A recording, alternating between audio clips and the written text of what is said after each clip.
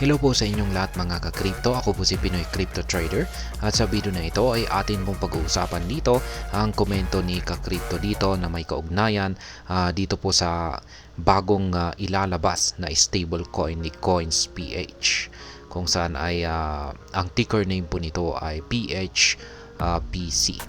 Kaya ayan, na-content ko po ito kanina, kaya mas maiging panoorin na lamang po ninyo yung aking ginawang video na nagpapaliwanag tungkol dito sa bagong stablecoin na ito ni CoinsPH para sa mas kumpletong detalye tungkol dito. Ngayon ay ang gustong malaman ni ka-crypto rito ay meron ba itong cons or kung ano-ano kaya yung mga disadvantages nito. Kaya yan po ang ating pag-uusapan sa video na ito. Pero bago po tayo magpatuloy, ay nais ko lamang po munang bigyang linaw ang aking disclaimer kung saan ang nilalaman po ng video na ito ay hindi po ito isang financial advice. For education and information purposes lamang po ang layunin nito. Maliban po dito ay nais ko na rin pong magbigay babala na wala pong kahit anumang group chat ang Pinoy Crypto Trader. Kaya ayan po, base lamang po sa aking sariling opinyon ang aking maibabahaging kasagutan dito sa katanungan ni ka-crypto dito. Kaya ayan, ang unang naiisip ko po rito na parang disadvantage or cons ng stablecoin na ito ni CoinsPH ay meron lamang po itong limitadong use cases, kasi ang kanilang stablecoin na PHPC ay available lamang po siya ngayon kay CoinsPH. Yan, mag-umpisa lamang po siya, ayan, pwede lamang po siyang gamitin ngayon kay CoinsPH. Yan, kung ito ay nailabas po nila. Kaya hindi po natin alam kung ito ay tatanggapin ng ibang mga crypto exchanges. Ayan, at lalong-lalo na kung yung mga global crypto exchanges ay tatanggapin nila itong si PHPC. Pero pag hindi, ay limitado lamang po siya dito kay CoinsPH at wala nang iba. Kaya yan po yung isang nakikita ko na cons dito. At yung isa pang cons dito na nakikita ko base lamang po sa aking sariling opinion ay yung mga makakagamit lamang po rito ay syempre yung mga technical na individual. Ayan, kasi maski ayan, hanggang ngayon ay yung paggamit po ng mga applications natin ay marami pa ring mga tao ang medyo hirap na pag-aralan ito. Kasi meron po talagang mga tao na talagang hindi po talaga nila kayang pag-aralan ang mga advanced na technology. Yan, maski gaano pa kasimple or maski gaano ka user friendly yan, ay hirap pa rin po silang matutunan ito. Kasi ayan, meron talagang mga tao na ayaw po nila sa pagbabago.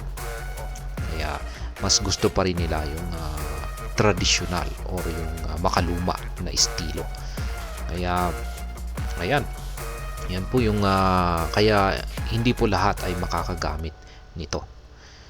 Kaya ayan po yung aking pangalawang opinion rito na cons nito.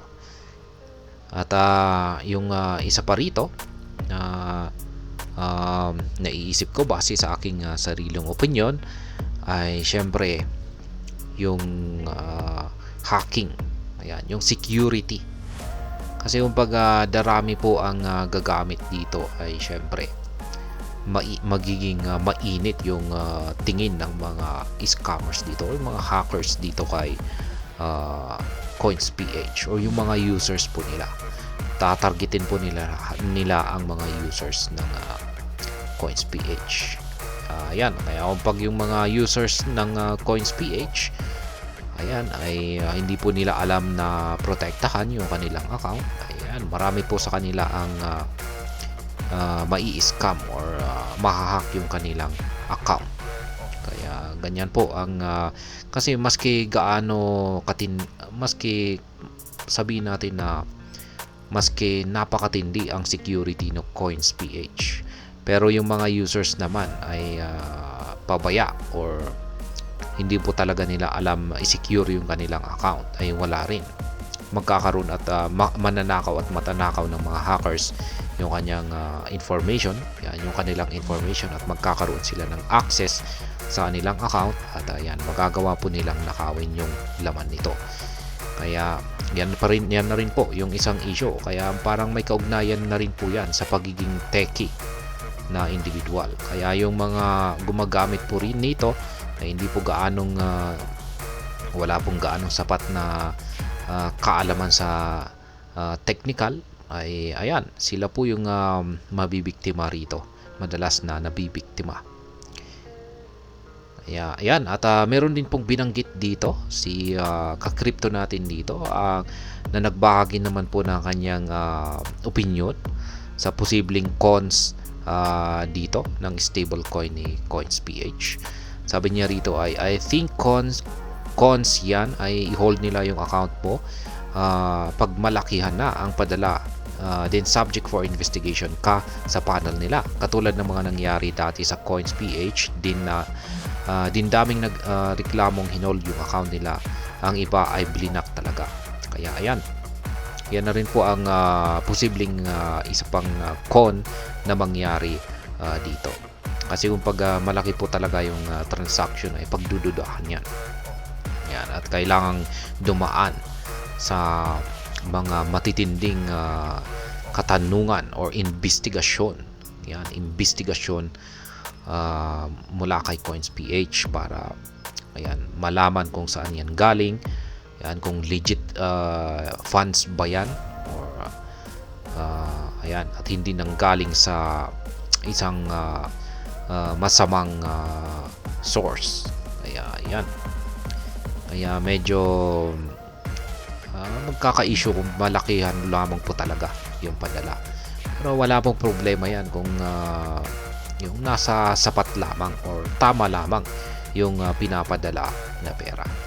Kaya ayan, yan po yung mga posibleng cons ng stable coins na ito ni CoinsPH. Pero ngayon ay hanggang opinion lamang po ngayon, kasi hindi pa po nila ito inalalabas. Kaya abangan na lamang po natin na ito ay kanilang mailabas, saka po tayo ulit magkaroon ng isa pang review dito sa kanilang stable coin na ito. At ayan, hanggang dito na lamang po tayo sa video na ito mga ka-crypto. Sana po ay inyong nagustuhan ang aking paliwanag sa video na ito. Kung inyo po itong nagustuhan ay pakiclick lamang po ang like button nito. Para naman po sa mga bago lamang dito, kayo po ay aking inaanyayahan para mag-subscribe. Pakiclick na rin po ang bell icon nito dahil ito po ang siya magsisilbing notification nito sa mga bago kong videos na akin pong ina-upload sa aking YouTube channel na ito. Marami pong salamat sa panonood. Ingat po tayo lagi at God bless po sa ating lahat.